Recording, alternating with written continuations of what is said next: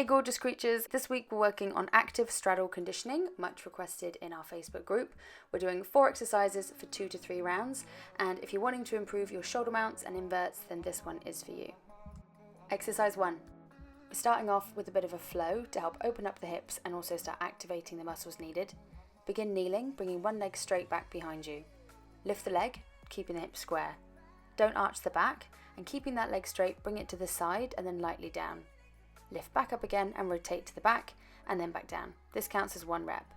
Repeat 6 times per leg, and if you want to make it a bit easier, then you can repeat this exercise with a bent leg. Really focus on lifting rather than swinging the leg, and think about trying to get as much range in the hip as possible. Exercise 2. This is again a great exercise for mobilizing and also strengthening your active flexibility. Begin on your back, pulling one knee into the chest slightly to one side.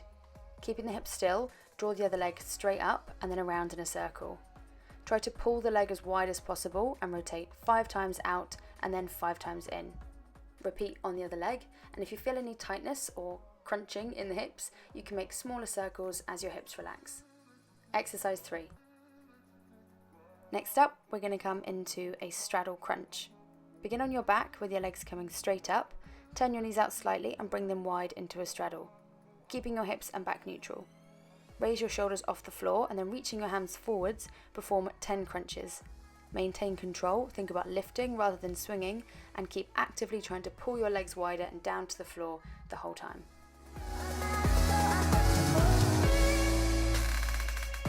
Exercise 4.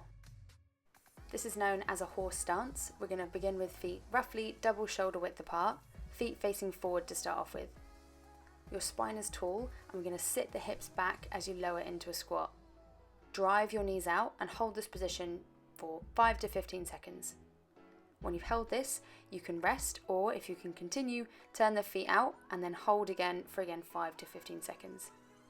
When you've done this, you're then going to turn your ankles out. This will bring your feet back to parallel or your ankles slightly wider, and then again hold this for 5 to 15 seconds. If you can, repeat this until you get to your desired depth, and you can hold your lowest point for around 20 to 30 seconds. Again, always trying to keep your knees driving out, spine tall and hips back. When you're finished, straighten the legs and walk the feet back in again. A few things to look out for. Don't tip forwards, so your thighs should be parallel with the floor the whole time. And also don't rest your hands on your thighs, keep them up and away. Keep your core braced the whole time and remember to breathe. And this exercise is a bit of a burner, so try and relax and breathe into it, and this is amazing if you want to be working on your middle splits. As always, let me know how you get on and visit the website for online programs, clothing and supplements.